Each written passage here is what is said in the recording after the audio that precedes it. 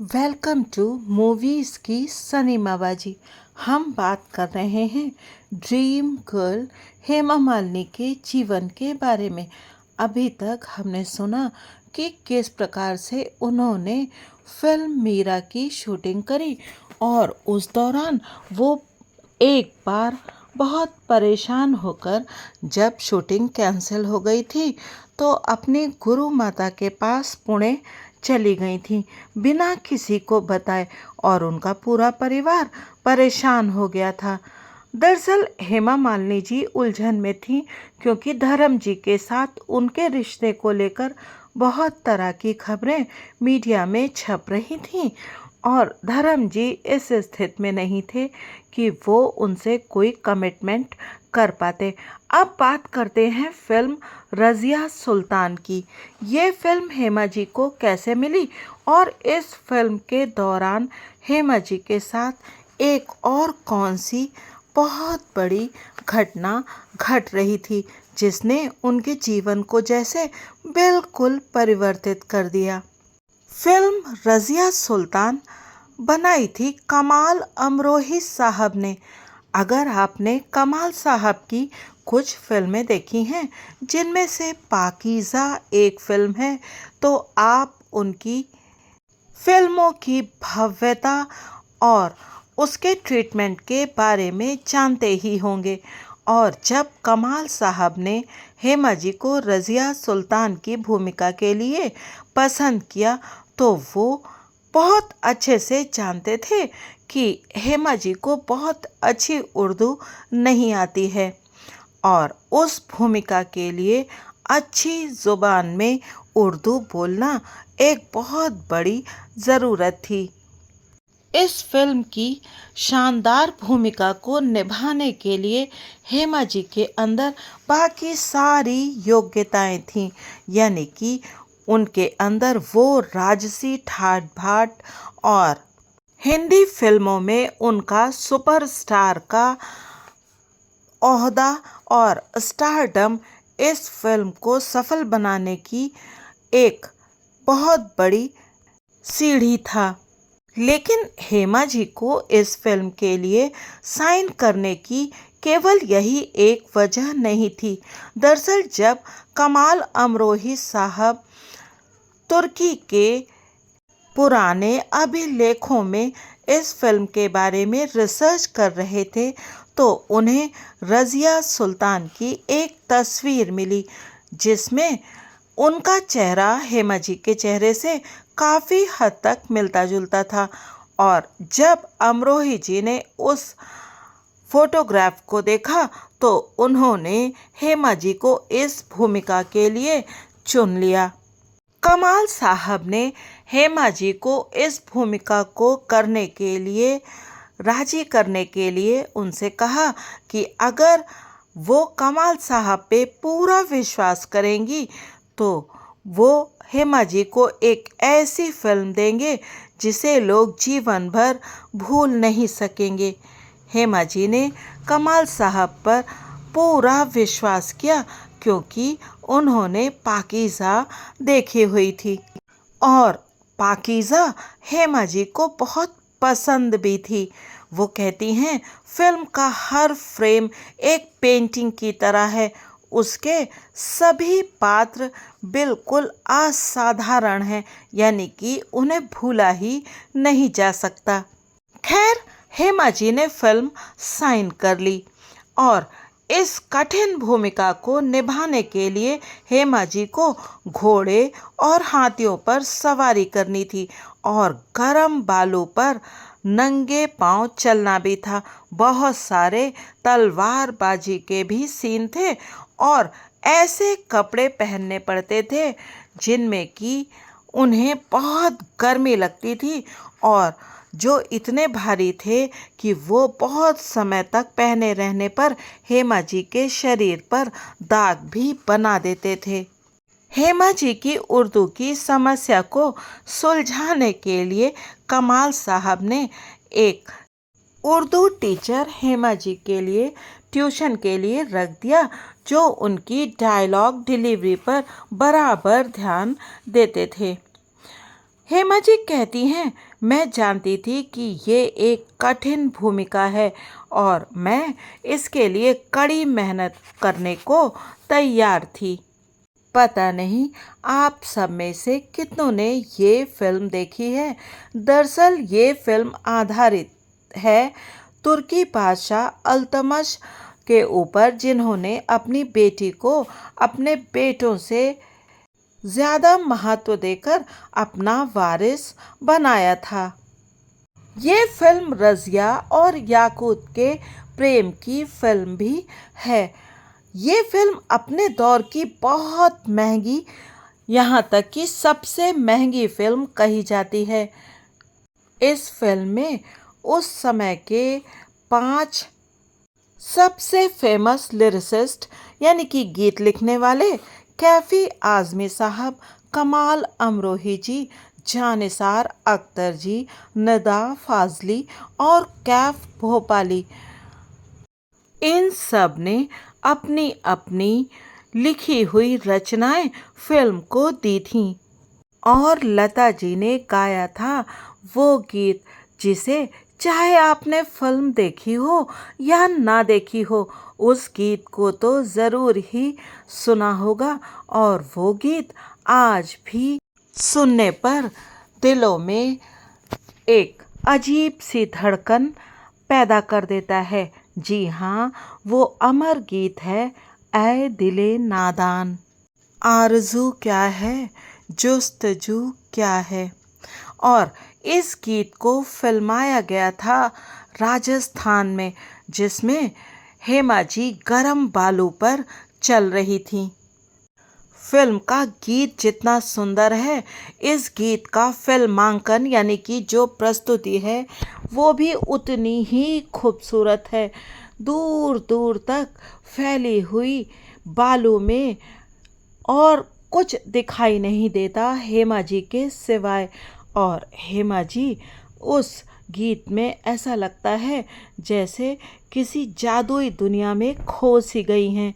अगर आप फिल्म नहीं देखते तो कम से कम इस गीत को जरूर ही देखिएगा।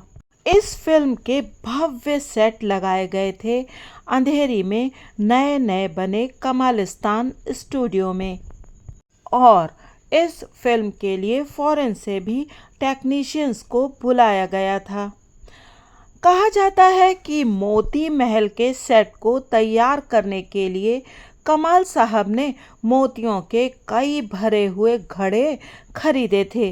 राजस्थान से ऊंट और घोड़े आए थे और ड्रेसेस की प्रामाणिकता के लिए तुर्की से दर्जी और कशीदाकार बुलाए गए थे। पर सबसे दिलचस्प बात जो थी वो थी हेमा जी की पर्सनल लाइफ के बारे में। जी हाँ, उस समय उस फिल्म की शूटिंग करते समय हेमा जी की पर्सनल लाइफ में क्या हो रहा था। जैसा मैंने बताया था कि मीरा की शूटिंग के समय वो बहुत उलझन में थी और इस फिल्म में तो उनके साथ कुछ ऐसा घट रहा था जो कि उनके लिए सबसे ज़्यादा अनमोल था और जिसने उनका जीवन पूरी तरह से बदल दिया था और आगे उनका जीवन बदल जाने वाला था। दरअसल इस बात के बारे में कोई नहीं जानता था कि हेमा जी उस समय प्रेग्नेंट थीं। उनकी बड़ी बिटिया ईशा जी उस समय हेमा जी की कोख में थी। ये सन 1978 और 1979 की बात है, जब थोड़े से टाइम के लिए हेमा जी मीरा और रजिया सुल्तान दोनों फिल्मों की शूटिंग एक साथ कर रही थीं। सुबह वो मीरा के सेट पर जाती थीं क्योंकि गुलजार साहब काफ़ी सुबह उठ जाते थे और शाम में वो रज़िया सुल्तान के सेट पर जाती थीं क्योंकि इसमें बहुत ज़्यादा लाइटिंग होती थी। इस घटना को याद करते हुए हेमा जी बताती हैं, वो दोनों पात्र दो भिन्न युगों के थे पर आश्चर्यजनक रूप से उनमें बहुत सारी सिमिलैरिटीज भी थीं। अगर रज़िया एक मलिका थी तो मीरा एक राजकुमारी जिसने अपना राजपाट छोड़ दिया था, और दोनों भूमिकाओं में सामंजस्य बैठाना बहुत कठिन नहीं था क्योंकि दोनों ही डायरेक्टर पूरी तरह से तैयार थे और मुझे बराबर गाइड करते रहते थे। कभी कभी मैं ऐसा फील करती हूँ कि एक्टर्स किसी भूमिका को निभाने के लिए बेकार के लिए शोर मचाते हैं। मैं समझ नहीं सकती कि कैसे कुछ एक्टर एक ही पात्र को 4 या 5 सालों तक जी सकते हैं। मैं तो इसे बिल्कुल इम्प्रैक्टिकल मानती हूँ। आखिरकार ये एक फिल्म ही तो है और जीवन तो बराबर चलता ही रहता है। रज़िया सुल्तान एक बहुत ही इंटरेस्टिंग कहानी पर बनी फिल्म थी, पर इसके पूरे होने में 7 साल लग गए और इसी कारण शायद इसने अपने चार्म को खो दिया, हेमा जी बताती हैं।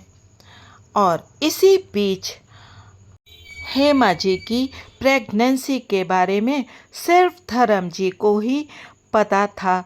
हेमा जी नहीं चाहती थी कि किसी को ये सीक्रेट पता चले और उन्होंने इस बारे में किसी को भी कुछ नहीं बताया था। हेमा जी कहती हैं, मैं नहीं चाहती थी कि कोई भी, मेरे परिवार वाले भी मुझसे इस बारे में कोई सवाल जवाब करें या किसी तरह की कोई टीका टिप्पणी करें। इसलिए शायद अपनी जिंदगी में पहली बार मैंने अपनी माँ से भी कोई राज छुपा कर रखा था। मैंने अपनी मासियों जो मेरे काफ़ी नज़दीक थीं को भी इस डर से ये बात नहीं बताई कि वे कहीं अम्मा के सामने सच्चाई ना उगल दें। मैं इस मामले में भाग्यशाली थी कि मेरी हेल्थ बहुत अच्छी थी और मैं प्रेगनेंसी के शुरुआती समय में सुबह के समय होने वाली कमजोरी से ग्रसित नहीं थी। यानी कि हेमा जी को मॉर्निंग सिकनेस, यानी जो सुबह प्रेगनेंसी में उल्टियाँ आदि होती हैं, वो नहीं होती थी। हेमा जी कहती हैं, हर रोज़ सुबह मैं अपने नियत समय पर शूटिंग के लिए निकल पड़ती थी और काफ़ी समय तक किसी को भी थोड़ा सा शक नहीं हुआ कि कुछ भी गड़बड़ है। पर धीरे धीरे पेट का उभार दिखने लगा था। इसके अलावा हेमा जी सेट पर हमेशा भूखी सी रहती थीं और सारा दिन मिठाइयों की मांग करती रहती थीं। वो कहती हैं, मुझे विश्वास है कि सारी प्रोडक्शन यूनिट में उत्सुकता तो थी, पर किसी में भी मुझसे सीधे कुछ पूछने की हिम्मत नहीं थी और ना ही मैंने इस बारे में कुछ भी बताना सही समझा। पर जल्दी ही अम्मा को शक हो गया और उन्होंने मुझसे जवाब मांगा। मैं उनसे झूठ नहीं बोल सकी और मैंने सच स्वीकार कर लिया। वो परेशान हो गई और मुझे सुझाव दिया कि अपने प्रोड्यूसर्स को इस बात को बता देना चाहिए। हेमा जी कहती हैं, पर मैं अब भी ऐसा करने को तैयार नहीं थी। मैंने इस खबर को लगभग 6 महीने तक दबाए रखा और इसी कारण मुझे उस समय भी घुड़सवारी और डांस के बहुत सारे कठिन सीन करने पड़े। लेकिन फिल्मी दुनिया तो एक ऐसी जगह है जो गॉसिप के सहारे ही चलती है और हिंदी फिल्मों की दुनिया में उस समय अफवाहों का बाजार बहुत गर्म था। उनके साथ काम करने वाले सभी लोग सेट पर फुसफुसाते हुए आपस में बातचीत करते थे, पर किसी में भी पब्लिक में आकर कोई स्टेटमेंट देने की हिम्मत नहीं थी। और हेमा जी के कैमरामैन को कुछ शक तो था, पर उसने कोई शिकायत नहीं की क्योंकि हेमा जी के चेहरे पर एक बहुत अच्छी सुंदर सी आभा थी और वो बहुत ग्लोरियस लगने लगी थी। मीडिया में भी बहुत अटकलें तो लग रही थी, पर किसी ने सीधे तौर पर हेमा जी से कुछ पूछने की हिम्मत तक नहीं की।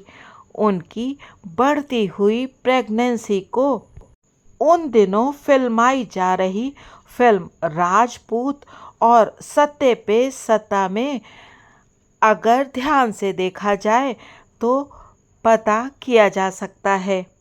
हेमा जी बताती हैं, मेरे डायरेक्टर्स इस बात का ध्यान रखते थे कि मेरे सिर्फ क्लोजअप शॉट्स ही लिए जाएं और मैं कोई बहुत ज़्यादा मोटी भी नहीं हुई थी। जब राज सिप्पी जी ने मुझसे सत्ते पे सत्ता के लिए कांटेक्ट किया तो मुझे उन्हें सच्चाई बतानी पड़ी। उन्हें मेरे साथ काम करने में कोई ऑब्जेक्शन नहीं था क्योंकि उनका मानना था कि मेरा अतिरिक्त वज़न उस फिल्म के कैरेक्टर के काफ़ी अनुकूल है।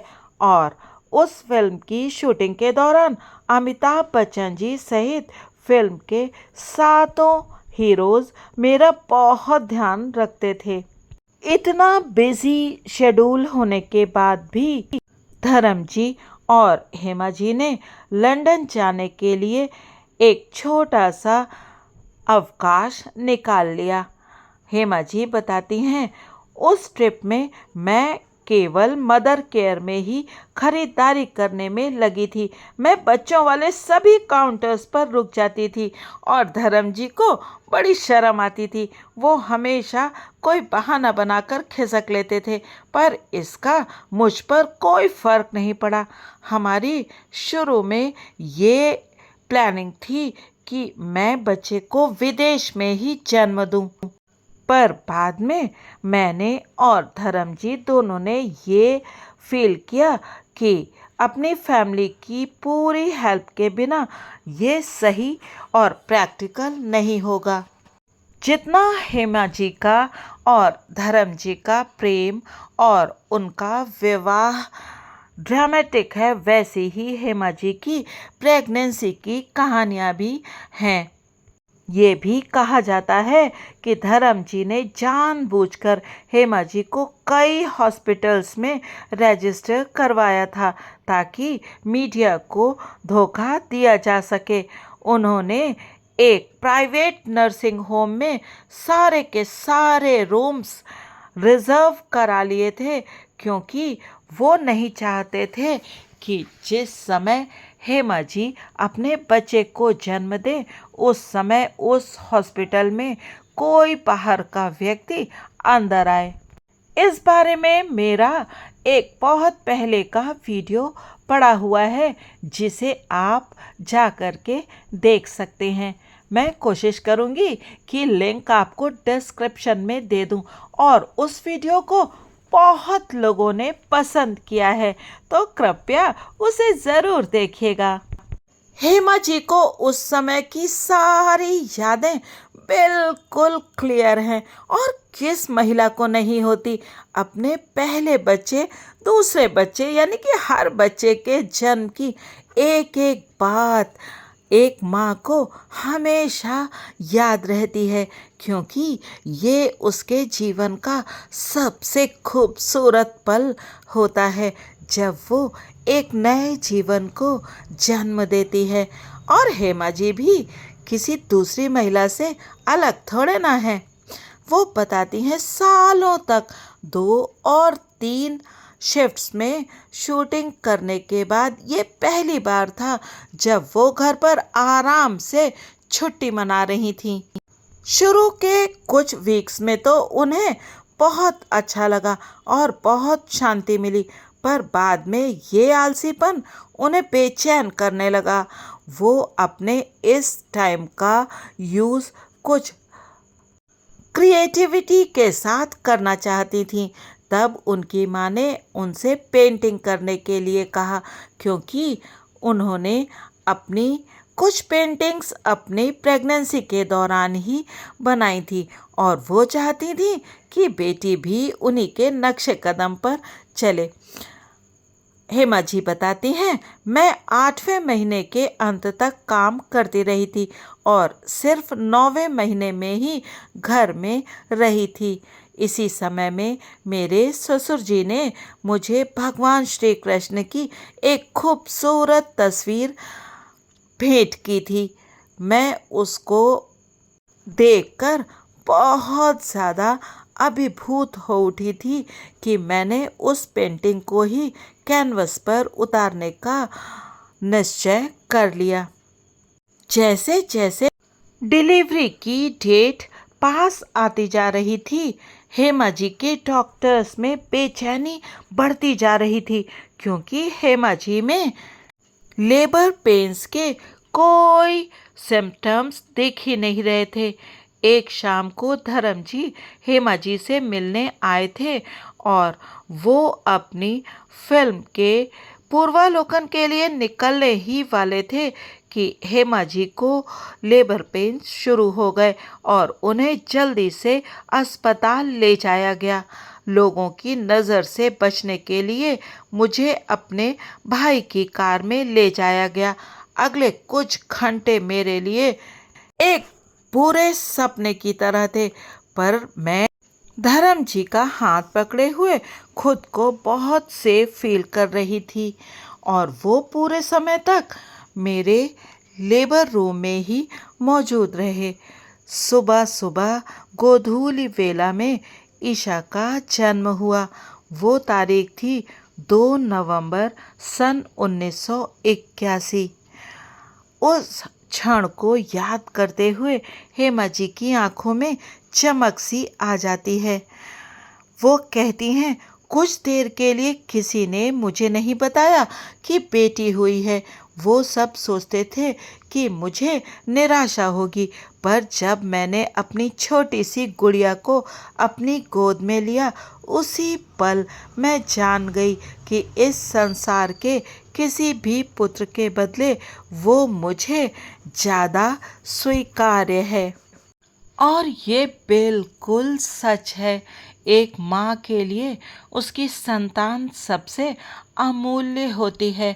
जब पहली बार वो अपने बच्चे को अपने हाथों में लेती है, तो वो एहसास बयान करना बहुत मुश्किल है।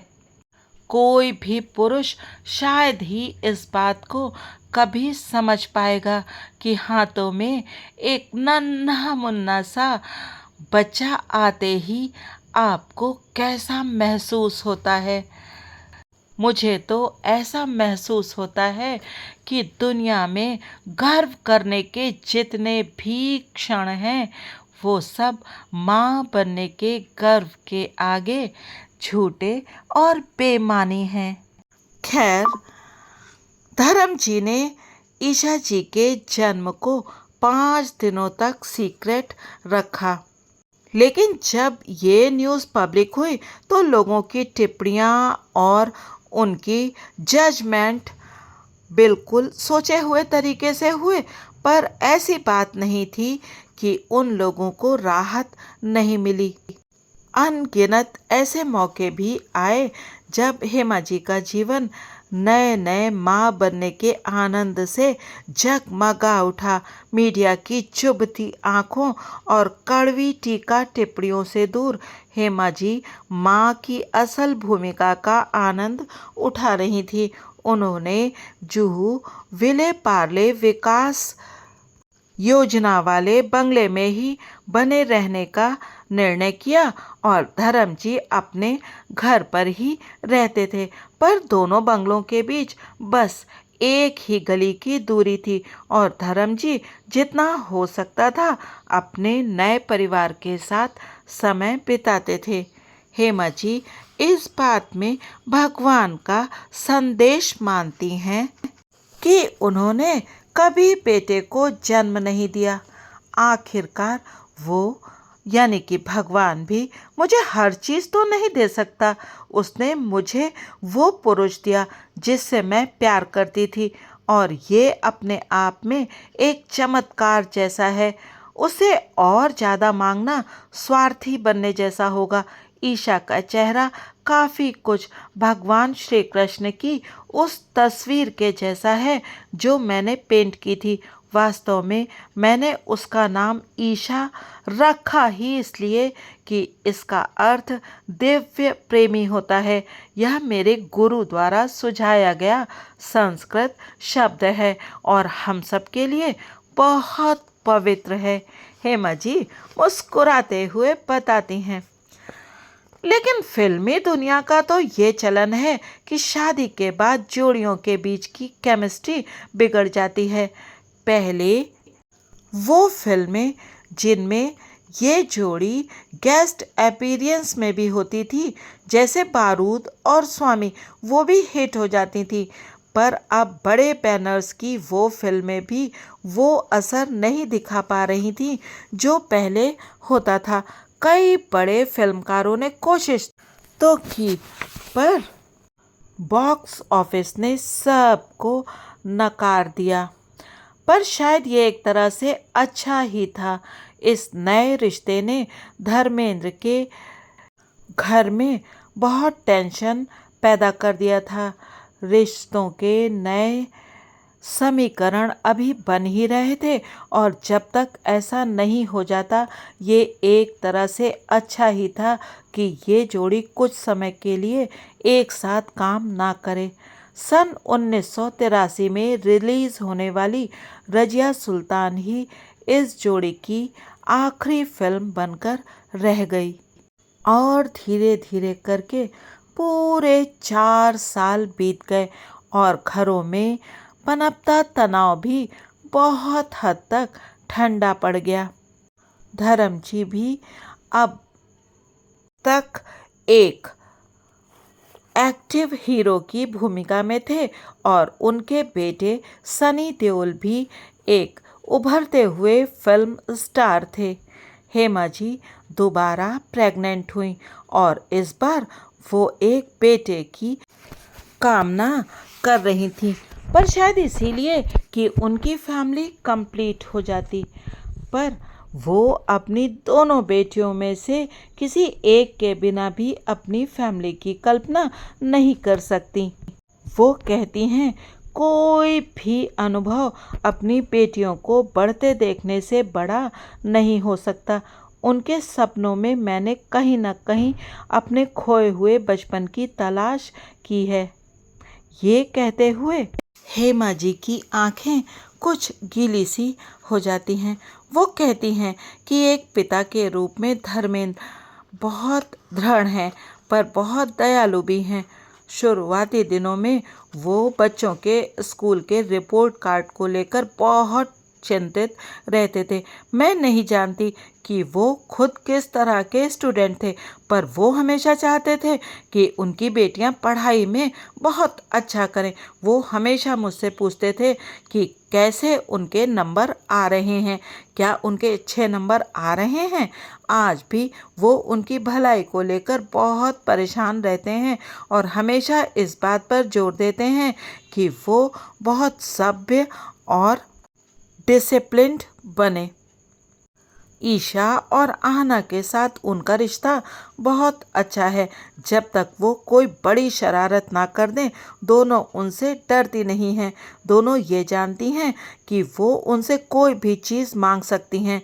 जब वो उनका ध्यान अपनी ओर खींचना चाहती हैं तो उसमें कोई कोर कसर नहीं छोड़ती और हर तरह के हथकंडे अपनाती हैं। वे उन्हें बिगाड़ देने की हद तक प्यार करते हैं, पर दोनों लड़कियां काफ़ी जिम्मेदार हैं और कभी उनके साथ विश्वासघात नहीं कर सकती। हेमा जी बहुत प्राउडली ये बात बताती हैं। वो मानती हैं कि उनके जीवन में बहुत कुछ ऐसा है जिसके लिए वो भगवान को धन्यवाद देना चाहती हैं। एक प्यार करने वाला परिवार, अच्छी सेहत और फलती फूलती कला के अलावा ऐसा कुछ भी नहीं है जो वो मांगना चाहेंगी। वो कहती हैं, दैनिक जीवन में तो हमेशा कुछ न कुछ कमियां आती ही रहती हैं, पर जीवन की प्राथमिकताएं तो बदलती ही रहती हैं। जब तक उनकी बेटियां प्राइमरी स्कूल में थीं, वो रोज उन्हें छोड़ने स्कूल जाती थीं। उनका स्कूल टाइम सुबह 8 बजे से था और जब तक वो स्कूल की बिल्डिंग के अंदर नहीं चली जाती थी, हेमा जी अपनी कार के पास खड़ी होकर उन्हें देखती रहती थी। उसके बाद ही हेमा जी घर पे आती थी, मेकअप करती थी और शूटिंग के लिए निकलती थी। हेमा जी ने अपने फिल्म के डायरेक्टर्स और प्रोड्यूसर्स को बता रखा था कि मैं अपनी बेटियों को स्कूल भेजने के बाद ही काम पर आऊँगी और सभी ने इसमें उनका सहयोग किया। वो बताती हैं कि मैंने अपने बेटियों को स्कूल छोड़ना तब बंद किया जब वो अपने सेकेंडरी क्लासेस में चली गईं, और वो भी इसलिए क्योंकि उन्हें थोड़ी सी शर्मिंदगी महसूस होती थी, जैसे कि सभी बच्चों को होती है। बच्चों को लगता है कि वो अब बड़े हो गए हैं और उनके माता पिता को उनको स्कूल छोड़ने आने की ज़रूरत नहीं है। यहाँ तक कि अगर आप गौर कीजिए तो बच्चों को अगर आप उनके दोस्तों के सामने या बाहर भी उनके प्यार के नाम से बुला दें तो वो बहुत एम्बरस फील करते हैं और ये चाहते हैं कि उन्हें उनके स्कूल के नाम से ही बुलाया जाए। ये तो सारी जगहों पर एक जैसा होता है। माँ और बच्चों के बीच का संबंध तो एक जैसा होता है, यूनिवर्सल होता है, चाहे वो हेमा मालिनी हो या कोई साधारण महिला। हेमा जी बताती हैं कि मैं हमेशा पेरेंट्स टीचर्स मीटिंग और उनके स्कूल के फंक्शनों में मौजूद रहती थी। वो बताती हैं कि ये टाइम मेरे लिए बहुत इम्पोर्टेंट होता था क्योंकि बच्चे हमेशा डांस से रिलेटेड एक्टिविटीज़ में पार्टिसिपेट करते थे। एक माँ के रूप में अपरिचित वातावरण में उन्हें देखना मेरे लिए एक बहुत ही एजुकेशनल अनुभव होता था। दरअसल पेरेंट्स अपने बच्चों को बहुत हल्के में लेते हैं, पर बच्चे हमेशा हमें सरप्राइज दे देते हैं। वो बताती हैं जब आहना छोटी थी और सेट पर मुझसे मिलने आती थी तो हमेशा ये जानने को उत्सुक रहती थी कि मेरे आसपास इतनी भीड़ क्यों रहती है। एक दिन उसने मुझसे एकदम से क्वेश्चन कर दिया, क्या ये लोग आपके आसपास इसलिए रहते हैं और आपके आसपास आते हैं क्योंकि आप एक क्वीन हो? वो कहती हैं मैं एकदम ठगी सी रह गई। बच्चों के दिमाग में क्या चल रहा है ये जानना हमेशा बहुत कठिन होता है। जब तक वो दोनों बहुत डिसिप्लिन्ड और सभ्य व्यवहार करती हैं और अपनी जिम्मेदारियों को अच्छी तरह से समझती हैं, मुझे ज़्यादा चिंता करने वाली माँ बनने की कोई ज़रूरत महसूस नहीं होती। हेमा जी कहती हैं मुझे किसी से भी किसी प्रकार की इम्प्रैक्टिकल यानी कि अव्यवहारिक अपेक्षाएं नहीं रहती और यही बात मेरे बच्चों पर भी लागू होती है। और दरअसल शायद हेमा जी की ज़िंदगी का यही एक बेहद खूबसूरत पहलू है। दरअसल जब आप रिश्तों में बहुत डिमांडिंग हो जाते हैं और दूसरों से बहुत कुछ मांगने लगते हैं तो वो रिश्ते टूट जाते हैं। एक इंटरव्यू के दौरान जो हेमा जी ने अपनी बेटियों के साथ दिया था, उन्होंने बताया था कि वो जानती हैं कि उनके पति का एक परिवार और भी है और वो उनसे कोई बहुत ज़्यादा उम्मीद नहीं रखती हैं और उन पर किसी बात के लिए कोई दबाव नहीं डालती हैं, क्योंकि जब आप किसी से प्यार करते हैं तो आपको उसे देने का प्रयत्न करना चाहिए और उसे किसी ऐसी सिचुएशन में नहीं डालना चाहिए जिससे कि वो परेशानी में पड़ जाए। और ये हम सबके जीवन पर भी लागू होता है। हम जब दूसरों से बहुत सारी उम्मीदें रखने लगते हैं, ऐसी उम्मीदें जो शायद दूसरा बहुत आसानी से पूरी नहीं कर पाएगा, तभी जीवन में समस्याएं उत्पन्न होती हैं। खैर आज हम जानते हैं कि हेमा जी की दोनों बेटियां भी माँ बन चुकी हैं। और दामादों के रूप में हेमा जी को दो बड़े प्यारे बेटे भी मिल गए हैं और उनके नाती भी हैं। हेमा जी को जीवन में खुशियों के लिए बहुत सारी शुभकामनाएं। और मैं आप सबसे यही रिक्वेस्ट करूंगी कि किसी को भी जज करने का कोई प्रयास ना करें। हम सब एक दूसरे को जज करते हैं, यानी कि हम एक दूसरे पर टीका टिप्पणी करते हैं और इसी वजह से हमारे जीवन में बहुत सारी समस्याएं आ जाती हैं। जो जैसा है उसे वैसे स्वीकार करने का प्रयत्न कीजिए। और मैं यहाँ स्पष्ट कर देना चाहती हूँ कि ये सबक मैंने जीवन में अब जाकर सीखा है। अरे हाँ, हेमा जी के जीवन की कहानी यहीं पर विराम नहीं लेगी।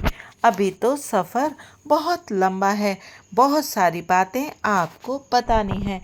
तो आप बने रहिएगा मूवीज़ की सनीमा बाजी के साथ। Thanks for watching, stay tuned.